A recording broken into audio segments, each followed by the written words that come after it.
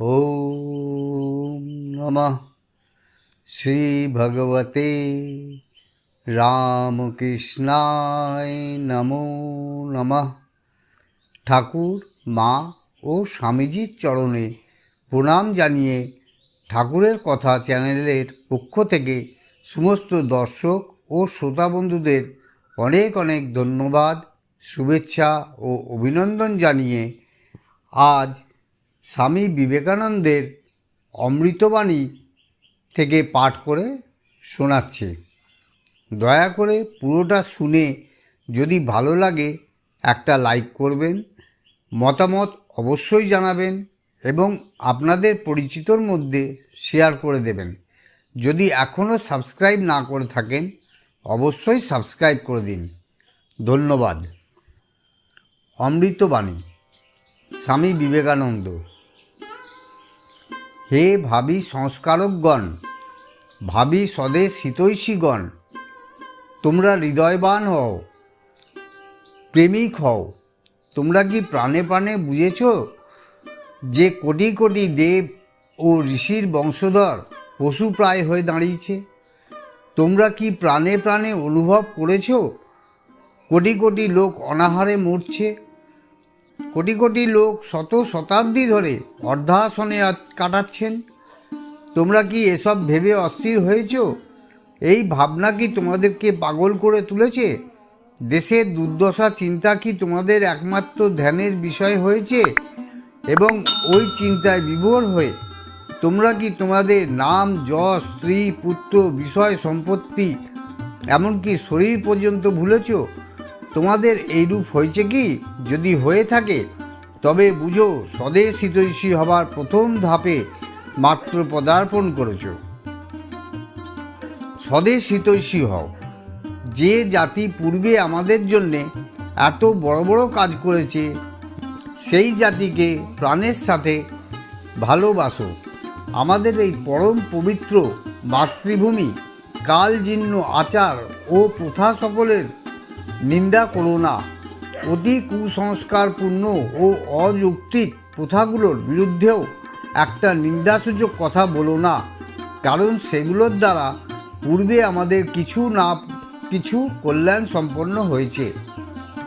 ওরে ধর্মকর্ম করতে গেলে আগে কুর্মাবতারের পূজা চাই। পেট হচ্ছে সেই কুর্ম, একে আগে ঠান্ডা না করলে তোর ধর্মকর্মের কথা কেউ নেবে না। দেখতে পাচ্ছিস না, পেটের চিন্তাতেই ভারত অস্থির।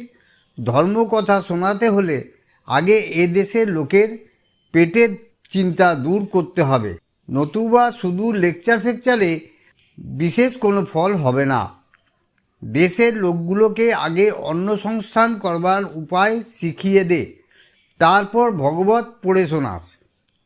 কর্মতৎপরতা দ্বারা ঐহিক অভাব দূর না হলে ধর্মকথায় কেউ কান দেবে না।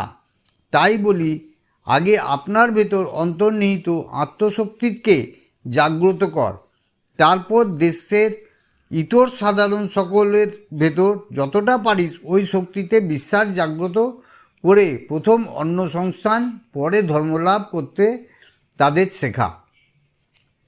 জনসাধারণকে শিক্ষিত করা এবং তাদের উন্নতি করাই জাতীয় জীবন গঠনের উপায়। আমাদের সমাজ সংস্কারকরা খুঁজে পান না ক্ষতটি কোথায়। আমাদের ধর্মের কোনো অপরাধ নেই, কারণ মূর্তি পুজোয় বিশেষ কিছু আসে যায় না। সমস্ত ত্রুটির মূলই এখানে যে সত্যিকার জাতি যারা কুটিরে বাস করে তারা তাদের ব্যক্তিত্ব ও মনুষ্যত্ব ভুলে গেছে। তাদের হারিয়ে যাওয়া ব্যক্তিত্ববোধ আবার ফিরিয়ে দিতে হবে, তাদের শিক্ষিত করতে হবে। যতদিন ভারতের 20 কোটি লোক ক্ষুধার্ত পশুর মতো থাকবে, ততদিন যে সব বড় লোক তাদের পিছে টাকা রোজগার করে জাঁকজমক করে বেড়াচ্ছে, অথচ তাদের জন্য কিছু করছে না। আমি তাদের হতভাগা পামর বলি, হে ভাইরা, আমরা গরিব, আমরা নগণ্য, কিন্তু আমাদের মতো গরিবরাই চিরকাল সেই পরম পুরুষের যত্নস্বরূপ হয়ে কাজ করেছে। ভারত কি বুদ্ধিবৃত্তি শূন্য, কলা কৌশল শূন্য? তার শিল্প, তার গণিত, তার দর্শনের দিকে দেখলে কি তাকে কোনো বিষয় ছোট বলতে পারেন? কেবল এইটুকু প্রয়োজন যে তাকে মোহনিদ্রা থেকে শত শত শতাব্দীর দীর্ঘ নিদ্রা থেকে জাগাতে হবে এবং পৃথিবীর সব জাতির মধ্যে তাকে তার প্রকৃত স্থান গ্রহণ করতে হবে। নতুন ভারত বেরোক, বেরুক লাঙল ধরে, চাষার কুটির ভেদ করে, জেলে মালা মুচি মেথরের ঝুপড়ির মধ্যে হতে, বেরুক মুদির দোকান থেকে, বুনাওয়ালার উনুনের পাশ থেকে, বেরুক কারখানা থেকে, হাট থেকে, বাজার থেকে, বেরুক ঝোড়ো জঙ্গল পাহাড় পর্বত থেকে। এরা সহস্র সহস্র বছর অত্যাচার সয়েছে, নীরবে সইছে, তাতে পেয়েছে অপূর্ব সহিষ্ণুতা। সনাতন দুঃখ ভোগ করেছে, তাতে পেয়েছে অটল জীবনী শক্তি। এরা এক মুঠো ছাতু খেয়ে দুনিয়া উল্টে দিতে পারবে। আধখানা রুটি পেলে ত্রৈলোক্যে এদের তেজ ধরবে না। এরা রক্তবীজের প্রাণ সম্পন্ন, আর পেয়েছে অদ্ভুত সদাচার বল, যা ত্রৈলোক্যে নাই। এত শান্তি, এত প্রীতি, এত ভালোবাসা, এত মুক্তি চুপ করে দিনরাত খাটা এবং কার্যকালে সিংহের বিক্রম, কৈতের কঙ্কালজয়, এই সামনে তোমার উত্তরাধিকারী ভবিষ্যৎ ভারত। বিশ্বাস, বিশ্বাস, বিশ্বাস, নিজের ওপরে বিশ্বাস, ঈশ্বরে বিশ্বাস উন্নতি লাভের এই একমাত্র উপায়। যদি তোমার এদেশে পুরাণের ৩৩ কোটি দেবতায় এবং বৈদেশিকেরা মধ্যে যে সকল দেবতার আমদানি করেছে তার সবগুলোতেই বিশ্বাস থাকে, অথচ যদি তোমার আত্মবিশ্বাস না থাকে তবে তোমার কখনোই মুক্তি হবে না। নিজের ওপর বিশ্বাস রাখো, সেই বিশ্বাস বলে নিজের পায়ে দাঁড়াও এবং বীর্যবান হও। নিজের ওপর বিশ্বাস রাখো, প্রবল বিশ্বাসই বড় বড় কাজের জনক। এগিয়ে যাও, এগিয়ে যাও, মৃত্যু পর্যন্ত গরিব ও পদদলিতদের ওপর সহানুভূতি করতে হবে, এই আমাদের মূল মন্ত্র। এগিয়ে যাও বীর হৃদয় যুবকগণ। আমি চাই এই শ্রদ্ধা। আমাদের সবারই প্রয়োজন এই আত্মবিশ্বাস। আমাদের জাতীয় শনিতে এক ভয়ানক রোগের বীজ প্রবেশ করেছে, সব বিষয় হেসে উড়িয়ে দেওয়া, গাম্ভীর্যের অভাব। এই দোষটি সম্পূর্ণরূপে ত্যাগ করতে হবে।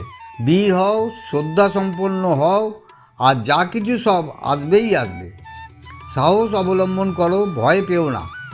আমাদের নির্ভীক হতে হবে, তবেই আমরা কাজে সিদ্ধি লাভ করব। ওঠো, জাগো, কারণ তোমাদের মাতৃভূমি এই মহাবলী প্রার্থনা করছে। সাহস অবলম্বন করো, বিশ্বাস করো, আমরাই মহৎ কাজ করব। এই গরিব আমরা, যাদের লোকে ঘৃণা করে, কিন্তু যারা লোকের দুঃখ যথার্থ প্রাণে প্রাণে বুঝেছে। রাজাদের দিয়ে মহৎ কাজ হবার আশা খুব কম। গণ্যমান্য উচ্চপদস্থ অথবা ধনীর ওপর কোনো ভরসা রেখো না, তাদের মধ্যে জীবনী শক্তি নেই। ভরসা তোমাদের ওপর, পদমর্যাদাহীন দরিদ্র কিন্তু বিশ্বাসী তোমাদের ওপর। ভগবানে বিশ্বাস রাখো, কোনো চালাকির প্রয়োজন নেই, চালাকির দ্বারা কিছু হয় না। দুঃখীদের ব্যথা অনুভব করো আর ভগবানের কাছে সাহায্য প্রার্থনা করো। তোমরা সব করতে পারো, এই বিশ্বাস রাখো। মনে করো না তোমরা দুর্বল, অন্যের সাহায্য ছাড়াই তোমরা সব করতে পারো। সব শক্তি তোমাদের ভেতরে রয়েছে। উঠে দাঁড়াও এবং তোমাদের ভেতর যে দেবত্ব সুপ্ত রয়েছে তা প্রকাশ করো। নিজের ওপর বিশ্বাস না এলে ঈশ্বরে বিশ্বাস আসে না। মানুষ চাই, মানুষ চাই, আর সব হয়ে যাবে। বীর্যবান, সম্পূর্ণ অকপট, তেজস্বী, বিশ্বাসী যুবক প্রয়োজন। এই রকম 100 যুবক হলে সমগ্র জগতে ভাবস্রোত ফিরিয়ে দেওয়া যায়। এসো, মানুষ হও। নিজেদের সংকীর্ণ গর্ত থেকে বেরিয়ে এসে বাইরে গিয়ে দেখো সব জাতি কেমন উন্নতির পথে চলেছে। তোমরা কি মানুষকে ভালোবাসো? তোমরা কি দেশকে ভালোবাসো?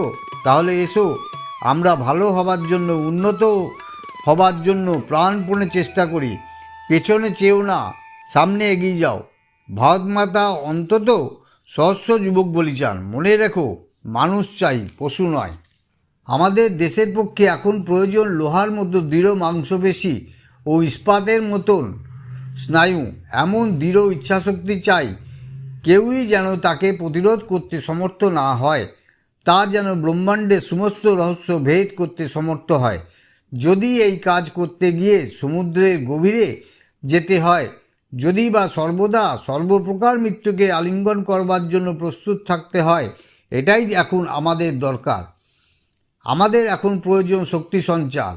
আমরা দুর্বল হয়ে পড়েছি, তোমাদের স্নায়ু সতেজ করো। আমাদের দরকার লোহার মতো পেশি ও বজ্রদৃঢ় স্নায়ু। আমরা অনেক দিন ধরে কেঁদেছি, এখন আর কাঁদবার প্রয়োজন নেই। এখন নিজের পায়ে ভর দিয়ে দাঁড়াও এবং মানুষ হও। চাই পূর্ণ সরলতা, পবিত্রতা, বিরাট বুদ্ধি এবং সর্বজয়ী ইচ্ছাশক্তি। এইসব গুণসম্পন্ন মুষ্টিমেয় লোক যদি কাজে লাগে, তবে দুনিয়া ওলট পালট হয়ে যায়।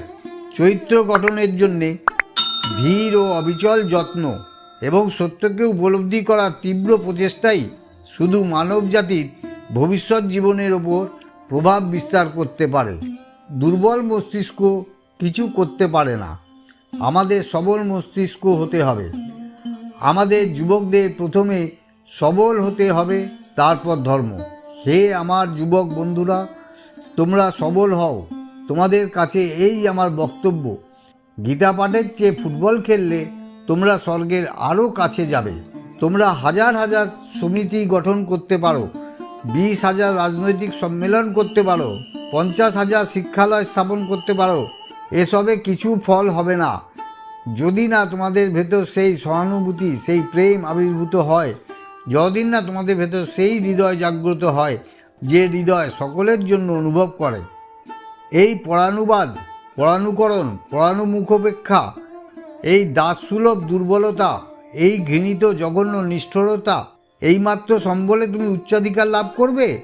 এই লজ্জাকর কাপুরুষতা সহায় তুমি বীর ভোগ্যা স্বাধীনতা লাভ করবে। ভুলিও না, তোমার বিবাহ, তোমার ধন, তোমার জীবন ইন্দ্রসুখের, নিজের ব্যক্তিগত সুখের জন্য নয়। ভুলিও না, তুমি জন্ম হইতে মায়ের জন্য বলি প্রদত্ত। ভুলিও না, তোমার সমাজ যে বিরাট মহামায়ার ছায়ামাত্র। ভুলিও না, নিজ জাতি, মূর্খ, দরিদ্র, অজ্ঞ, মুচি, মেথর তোমার রক্ত, তোমার ভাই। ভেবো না তোমরা দরিদ্র, ভেবো না তোমরা বন্ধুহীন। কে কোথায় দেখেছ টাকা মানুষ করে? মানুষই চিরকাল টাকা করে থাকে। জগতে যা কিছু উন্নতি সব মানুষের শক্তিতে হয়েছে, উৎসাহের শক্তিতে হয়েছে, বিশ্বাসের শক্তিতে হয়েছে। জাগো জাগো, দীর্ঘ রজনী প্রভাত প্রায়, দিনের আলো দেখা যাচ্ছে, মহা ঢেউ উঠেছে, কিছুতেই আর এর গতিরোধ করতে পারবে না। বিশ্বাস, শ্রদ্ধা আর ভয় পেও না। সবচেয়ে বড়, সবচেয়ে গুরুতর পাপ ভয়। ওঠো, জাগো, যতদিন না লক্ষ্যে পৌঁছচ্ছ ততদিন নিশ্চিন্তে থেকো না। ওঠো, আর একবার ওঠো। ত্যাগ ছাড়া কিছুই হতে পারে না। অন্যকে যদি সাহায্য করতে চাও তবে নিজের অহং ত্যাগ করতে হবে। বৈরাগ্যবান হও, তোমাদের ক্ষুদ্র জীবন বিসর্জন দিতে প্রস্তুত হও। ওঠো, জাগো। এই ক্ষুদ্র জীবন যদি যায়, ক্ষতি কি? সকলেই মরবে। সাধু অসাধু, ধনী দরিদ্র সকলেই মরবে। শরীর কারো চিরকাল থাকবে না। অতএব ওঠো, জাগো এবং সম্পূর্ণ অকপট হও। কাজের সামান্য আরম্ভ দেখে ভয় পেও না। কাজ সামান্য থেকেই বড় হয়ে থাকে। সাহস অবলম্বন করো। নেতা হতে যেও না, সেবা করো। নেতৃত্বের এই পাশব প্রবৃত্তি জীবন সমুদ্রে অনেক বড় বড় জাহাজ ডুবিয়েছে। এই বিষয়ে বিশেষ সতর্ক হও, অর্থাৎ মৃত্যুকে অবধি তুচ্ছ করে নিঃস্বার্থ হও এবং কাজ করো। এগিয়ে যাও, প্রভু আমাদের নেতা। পিছনে তাকিও না, কে পড়লো দেখতে যেও না। এগিয়ে যাও, সম্মুখে সম্মুখে। এইভাবে আমরা এগিয়ে যাব। একজন পড়বে, আর একজন তার স্থান অধিকার করবে। আশিষ্ট, দরিদ্র, বলিষ্ঠ, মেধাবী যুবকদের দ্বারাই এই কাজ সম্পন্ন হবে। এরকম হাজার হাজার যুবক রয়েছে। ওঠো, জাগো, জগৎ তোমাদের ডাকছে। অন্যান্য জায়গায় বুদ্ধিবল আছে, ধনবল আছে, কিন্তু কেবল আমার মাতৃভূমিতেই উৎসাহাগ্নি বিদ্যমান। এই উৎসাহাগ্নি প্রজ্বলিত করতে হবে। অতএব হে যুবকগণ, হৃদয়ে এই উৎসাহের আগুন জেলে জাগো। নাম যশ চুলোয় যাক, কাজে লাগো। সাহসী যুবকবৃন্দ, কাজে লাগো। দূর করে দাও যত আলস্য, দূর করে দাও ইহলোক ও পরলোকে ভোগের বাসনা। আগুনে গিয়ে ঝাঁপ দাও। আমার ভেতরে যে আগুন জ্বলছে তা তোমাদের ভেতরেও জ্বলে উঠুক। তোমাদের মন মুখ এক হোক। ভাবের ঘরে চুরি যেন একদম না থাকে। তোমরা যেন জগতের যুদ্ধক্ষেত্রে বীরের মতো মরতে পারো। এটাই সবসময় বিবেকানন্দর প্রার্থনা। জগতে এখন একান্ত প্রয়োজন হলো চরিত্র। জগৎ এখন তাদের চায় যাদের জীবন প্রেমদীপ্ত ও স্বার্থশূন্য। টাকায় কিছু হয় না, নামেও হয় না, যশেও হয় না, বিদ্যায়ও কিছু হয় না, ভালোবাসায় সব হয়। চরিত্রই বাধা বিঘ্নের বজ্রদৃঢ় প্রাচীরের মধ্যে দিয়ে পথ করে নিতে পারে। চাই চরিত্র, চাই এইরূপ দৃঢ়তা ও চরিত্রবল, যাতে মানুষ একটা ভাবকে মরণ কামড়ে ধরে থাকতে পারে। নিন্দাবাদ একেবারে দূর করো। তোমাদের মুখ বন্ধ হোক, হৃদয় খুলে যাক। এই দেশের এবং সমগ্র জগতের পরিত্রাণ করো। তোমাদের প্রত্যেককেই ভাবতে হবে সমস্ত ভার তোমারই ওপর। আমি তোমাদের বলছি, আমাদের দরকার শক্তি, শক্তি, কেবল শক্তি। আর উপনিষদ সমূহ শক্তির বৃহৎ আকার। উপনিষদ যে শক্তি সঞ্চার করতে সমর্থ, সেই শক্তি সমগ্র জগৎকে তেজস্বী করতে পারে। তার দ্বারা সমস্ত জগৎকে পুনরুজ্জীবিত, শক্তিমান ও বীর্যশালী করা যায়। উপনিষদ সকল জাতির, সকল মতের, সকল সম্প্রদায়ের দুর্বল, দুঃখী, পদদলিতকে উচ্চরবে আহ্বান করে নিজের পায়ের ওপর দাঁড়িয়ে মুক্ত হতে বলে। অভিশাপ, নিন্দা ও গালিবর্ষণের দ্বারা কোনো সৎ উদ্দেশ্য সম্পন্ন হয় না। অনেক বছর ধরে তো এইরূপ চেষ্টা হয়েছে, কিন্তু তাতে কোনো সুফল হয়নি। কেবল ভালোবাসা ও সহানুভূতির দ্বারাই সুফল প্রাপ্তি আশা করা যেতে পারে। প্রত্যেক ব্যক্তির অপর ব্যক্তিকে ঈশ্বর বলে চিন্তা করা উচিত ও তার সঙ্গে তেমনভাবেই ব্যবহারও করা উচিত। কাউকে ঘৃণা করা বা কোনোভাবে কারো নিন্দা বা অনিষ্ট করা উচিত নয়। আর এ যে শুধু সন্ন্যাসীর কর্তব্য তা নয়, সব নরনারীরই কর্তব্য। আজ হোক, কাল হোক, শত শত যুগ পরেই হোক, সত্যের জয় হবেই, প্রেমের জয় হবেই। তোমরা কি মানুষকে ভালোবাসো? ঈশ্বরের খোঁজে কোথায় যাচ্ছ? গরিব, দুঃখী, দুর্বল সকলেই কি তোমার ঈশ্বর নয়? আগে তাদের উপাসনা করো না কেন? তোমার হৃদয়ে প্রেম আছে তো? তবে তুমি সর্বশক্তিমান। তুমি সম্পূর্ণ নিষ্কাম তো? তা যদি হও, তবে তোমার শক্তি কে রোধ করতে পারে? চরিত্র বলে মানুষ সর্বত্র জয়ী হয়। সত্যের জন্যে কিছু ত্যাগ করা চলে, কিন্তু কোনো কিছুর জন্যেই সত্যকে বর্জন করা চলে না। সত্যের অনুসন্ধান মানে শক্তির প্রকাশ। এটা দুর্বল বা অন্ধের মতো হাতড়ানো নয়। ত্যাগের পথ, শান্তির পথ আশ্রয় করো, নতুবা মরবে। প্রাচীনকালে এই ত্যাগ সমগ্র ভারতকে জয় করেছিল। এখনও এই ত্যাগই আবার ভারতকে জয় করবে। এই ত্যাগ এখনও ভারতীয় সকল আদর্শের মধ্যে শ্রেষ্ঠ ও গরিষ্ঠ। কোন বিষয় সত্য কি অসত্য জানতে হলে তার অব্যর্থ পরীক্ষা এই, তা তোমাকে শারীরিক, মানসিক বা আধ্যাত্মিকভাবে দুর্বল করে কি না। যদি করে তবে তা বিষবৎ পরিহার করো, তাতে প্রাণ নেই। তা কখনো সত্য হতে পারে না। সত্য বলপ্রদ, সত্যই পবিত্রতা বিধায়ক, সত্যই জ্ঞানস্বরূপ। সত্যে প্রতিষ্ঠিত একটা কথা পর্যন্ত নষ্ট হবে না। হয়তো শত শত যুগ ধরে আবর্জনা স্তূপে চাপা পড়ে লোকচক্ষুর অগোচরে থাকতে পারে, কিন্তু শীঘ্র হোক বা দেরিতে হোক তা আত্মপ্রকাশ করবেই করবে। সত্য অবিনশ্বর, ধর্ম অবিনশ্বর, পবিত্রতা অবিনশ্বর। আমার মনে হয় দেশের জনসাধারণকে অবহেলা করাই আমাদের প্রবল জাতীয় পাপ এবং তাই আমাদের অবনতির অন্যতম কারণ। সমষ্টির জীবনে ব্যষ্টির জীবন, সমষ্টির মুখে ব্যষ্টির সুখ, সমষ্টি ছাড়িয়া ব্যষ্টির অস্তিত্ব অসম্ভব, এ অনন্ত সত্য, জগতের মূল ভিত্তি। সমাজের চক্ষে অনেক দিন ঠুলি দেওয়া চলে না। সর্বং সহা ধরিত্রীর ন্যায় সমাজ অনেক সহেন, কিন্তু একদিন না একদিন জাগিয়া ওঠেন। সে উদ্বোধনের বীর্যে যুগ যুগান্তের সঞ্চিত মলিনতা ও স্বার্থপরতার রাশি দূরে নিক্ষিপ্ত হয়। সমাজের নেতৃত্ব বিদ্যাবলের দ্বারাই অধিকৃত হোক বা বাহুবলের দ্বারাই বা ধনবলের দ্বারাই, সে শক্তির আধার প্রজাপুঞ্জ। যে নেত্রী সম্প্রদায় যত পরিমাণে এই শক্তাধার হতে আপনাকে বিশ্লিষ্ট করিবে, তত পরিমাণে তাহা দুর্বল। জনসাধারণের মধ্যে শিক্ষা বিস্তার করতে হবে। দরিদ্র লোকেরা যদি শিক্ষার কাছে পৌঁছতে না পারে, অর্থাৎ নিজেরা শিক্ষা লাভে উদ্যোগী না হয়, তবে শিক্ষাকেই চাষির লাঙলের কাছে, মজুরের কারখানায় এবং অপর সব জায়গায় যেতে হবে। জনসাধারণকে প্রচলিত ভাষায় শিক্ষা দাও, তাদেরকে ভাব দাও তারা অনেক বিষয় জানুক, কিন্তু সাথে সাথে আরও কিছু প্রয়োজন। তাদের কৃষ্টি দিতে চেষ্টা করো। জাতিভেদের বৈষম্য দূর করে সমাজে সাম্য আনার একমাত্র উপায় উচ্চবর্ণের শক্তির কারণস্বরূপ শিক্ষা ও কৃষ্টি আয়ত্ত করা। তা যদি করতে পারো, তবে তোমরা যা চাইছো তাই পাবে। চণ্ডালের বিদ্যাশিক্ষার যত আবশ্যক, ব্রাহ্মণের তত নয়।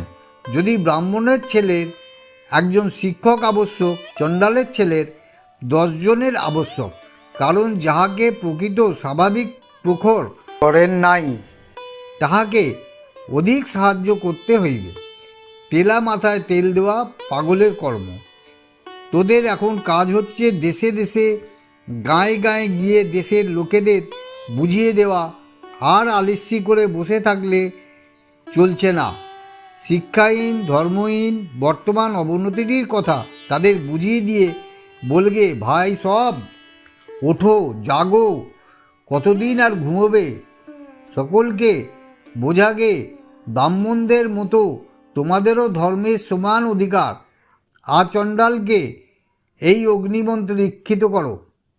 আর সোজা কথায় তাদের ব্যবসা বাণিজ্য কৃষি প্রভৃতি গৃহস্থ জীবনের অত্যাবশ্যক বিষয়গুলি উপদেশ দিয়ে। এ দেশের প্রাণ ধর্ম, ভাষা ধর্ম, ভাব ধর্ম আর তোমার রাজনীতি, সমাজনীতি, দুর্ভিক্ষগ্রস্তকে অন্নদান, এসব চিরকাল এদেশে যা হয়েছে তাই হবে। অর্থাৎ ধর্মের মধ্যে দিয়ে হয়তো হবে, নইলে ঘোড়ার ডিম। তোমার চেঁচামেচি সার। প্রেমে মানুষে মানুষে আর্যে ম্লেচ্ছে, ব্রাহ্মণে চণ্ডালে, এমনকি পুরুষ নারীতে পর্যন্ত ভেদ করে না। প্রেম সমগ্র বিশ্বকে আপনার গৃহ সদৃশ্য করে নেয়। যেসব যুবক ভারতের নিম্ন শ্রেণীর উন্নয়নরূপ একমাত্র কর্তব্যে মন প্রাণ নিয়োগ করতে পারে, তাদের মধ্যে কাজ করো, তাদেরকে জাগাও, সংঘবদ্ধ করো এবং এই ত্যাগ মন্ত্রে দীক্ষিত করো। যে ধর্ম গরিবের দুঃখ দূর করে না, মানুষকে দেবতা করে না, তা কি আবার ধর্ম? আমাদের কি আর ধর্ম? ছুতমার, খালি আমায় ছুঁয়ো না, আমায় ছুঁয়ো না। হে হরি, এ দেশের বড় বড় মাথাগুলো আজ 2000 বৎসর খালি বিচার করেছে, ডান হাতে খাবো কি বাম হাতে। তাদের অধোগতি হবে না তো কার হবে? পক্ষপাতী সকল অনিষ্টের মূল কারণ জানিবে। অর্থাৎ যদ্যপি তুমি কাহারও প্রতি অধিক স্নেহ অন্যাপেক্ষা দেখাও, তাহা হইলেই ভবিষ্যতে বিবাদের মূল পত্তন হইবে। শক্তি সঞ্চয় যে প্রকার আবশ্যক, তাহার বিকিরণও সেইরূপ বা তদপেক্ষা অধিক আবশ্যক। হৃৎপিণ্ডে রুধির সঞ্চয় অত্যাবশ্যক, তাহার শরীরময় সঞ্চালন না হইলে মৃত্যু। কুল বিশেষে বা জাতি বিশেষে সমাজের কল্যাণের জন্য বিদ্যা বা শক্তি কেন্দ্রীভূত হওয়া এককালের জন্য অতি আবশ্যক, কিন্তু সেই কেন্দ্রীভূত শক্তি কেবল সর্বত সঞ্চারের জন্য পঞ্জীকৃত। যদি তাহা না হইতে পারে, সে সমাজ শরীর নিশ্চয়ই ক্ষিপ্র মৃত্যুমুখে পতিত হয়। ঘৃণার শক্তির চেয়ে প্রেমের শক্তি অত্যন্ত গুণে বেশি শক্তিমান। হে ভারত, ভুলিও না তোমার নারী জাতির আদর্শ। সীতা সাবিত্রী দময়ন্তী। প্রাচ্যের নারীকে প্রতীচ্যের মাপকাঠিতে বিচার করা ঠিক নয়। প্রতীচ্যের নারী হলেন স্ত্রী, আর প্রাচ্যের তিনি জননী। নারীর সারা জীবন একটা চিন্তা তাকে তৎপর রাখে যে তিনি মা। আদর্শ মা হতে গেলে তাকে খুব পবিত্র থাকতে হবে। মেয়েদের পায়ে দলানো আর জাতি জাতি করে গরিবগুলিকে পিষে ফেলা। শক্তির বিনা জগতে উদ্ধার হবে না। আমাদের দেশ সকলের অধম কেন, শক্তিহীন কেন? শক্তির অবমাননা সেখানে বলে। তোমাদের মেয়েদের উন্নতি করতে পারো তবে আশা আছে, নতুবা পশু জন্ম ঘুচিবে না।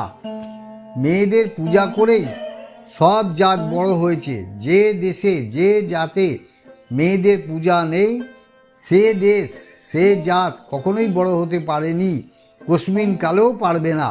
এজন্যে এদের আগে তুলতে হবে। তোমাদের মেয়েদের শিক্ষা দিয়ে ছেড়ে দাও, তারপর তারাই বলবে কোন জাতীয় সংস্কার তাদের পক্ষে দরকার। শিক্ষা পেলে মেয়েদের প্রবলেমস, সমস্যাগুলি মেয়েরা নিজেরাই মীমাংসা করবে। আমাদের মেয়েরা বরাবরই প্যানপ্যানে ভাবই শিক্ষা করে আসছে। একটা কিছু হলে কেবল কাঁদতেই মজবুত। বীরত্বের ভাবটাও শেখা দরকার। এ সময় তাদের মধ্যে সেলফ ডিফেন্স, আত্মরক্ষা শেখা দরকার হয়ে পড়েছে। দেখো দেখি ঝাঁসির রানী কেমন ছিল। ধর্মকে সেন্টার করে রেখে স্ত্রী শিক্ষার প্রচার করতে হবে। ধর্ম ভিন্ন অন্য শিক্ষাটা সেকেন্ডারি বা গৌণ হবে। ধর্মশিক্ষা, চরিত্র গঠন, ব্রহ্মচর্য ব্রত উদযাপন, এর জন্য শিক্ষার দরকার, নতুবা তার কাজে গলত বেরোবেই। আমাদের দেশের মেয়েরা বিদ্যা বুদ্ধি অর্জন করুক, এ আমি খুবই চাই। কিন্তু পবিত্রতা বিসর্জন দিয়ে যদি তা করতে হয় তবে নয়। 500 পুরুষের সাহায্যে ভারতবর্ষ জয় করতে 50 বছর লাগতে পারে, কিন্তু 500 নারীর দ্বারা মাত্র কয়েক সপ্তাহের মধ্যে তা সম্ভব। ধর্ম এমন একটি ভাব যা পশুকে মনুষ্যত্বে ও মানুষকে দেবত্বে উন্নীত করে। মানুষের মধ্যে যে দেবত্ব প্রথম থেকেই আছে তার বিকাশই ধর্ম। ধর্ম মানে শাস্ত্রপাঠ, তত্ত্বকথা কিংবা মতবাদ নয়। ধর্ম মানে আদর্শস্বরূপ হওয়ার চেষ্টা করা এবং হয়ে যাওয়া। It is being and becoming. চরিত্রই প্রকৃত শক্তি। আধ্যাত্মিকতার অর্থ সেই চরিত্র শক্তি অর্জন করা। পবিত্র আর নিঃস্বার্থ হতে চেষ্টা করো, তার মধ্যেই সমস্ত ধর্ম। স্বার্থ শূন্যতাই ভগবান। একজন সিংহাসনে বসে সোনার প্রাসাদে বাস করেও যদি সম্পূর্ণ নিঃস্বার্থ হন তবে তিনি ঈশ্বরের মধ্যে রয়েছেন। আর একজন হয়তো ছেঁড়া কাপড় পরে কুটিরে বাস করছে, জগতে তার নিজস্ব কিছুই নেই। এত সব সত্ত্বেও সে যদি স্বার্থপর হয় তবে সে সংসারে ভীষণভাবে ডুবে আছে। তুমি যে ধার্মিক হচ্ছ তার প্রথম লক্ষণ হচ্ছে তুমি ক্রমশ হাসি খুশি হতে থাকবে। যদি কেউ গোমরা মুখে থাকে তবে তা বদহজমের জন্য হতে পারে, কিন্তু তা ধর্ম নয়। ধর্মের রহস্য তত্ত্বকথায় নয়, আচরণে। সৎ হওয়া এবং সৎ কাজ করা, তার মধ্যে সমস্ত ধর্ম। যে শুধু প্রভু প্রভু বলে চিৎকার করে সে নয়, যে ঈশ্বরের ইচ্ছানুযায়ী কাজ করে সেই ঠিক ঠিক ধার্মিক। নীতিপরায়ণ ও সাহসী হও। হৃদয় যেন সম্পূর্ণ শুদ্ধ থাকে। সম্পূর্ণ নীতিপরায়ণ ও সাহসী হও। প্রাণের ভয় পর্যন্ত রাখিও না। ধর্মের মতামত লইয়া মাথা বকাইও না। কাপুরুষেরাই পাপ করিয়া থাকে, বীর কখনো পাপ করে না। মনে পর্যন্ত পাপ চিন্তা আসিতে দেয় না। পরোপকারী ধর্ম, পরপীড়নই পাপ।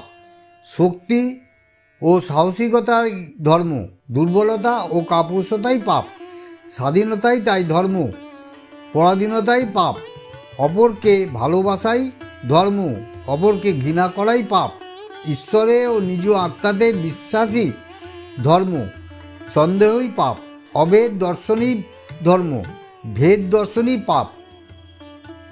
পড়েছ মাতৃদেব ভব, পিতৃদেব ভব। আমি বলি দরিদ্র দেব ভব, মূর্খ দেব ভব।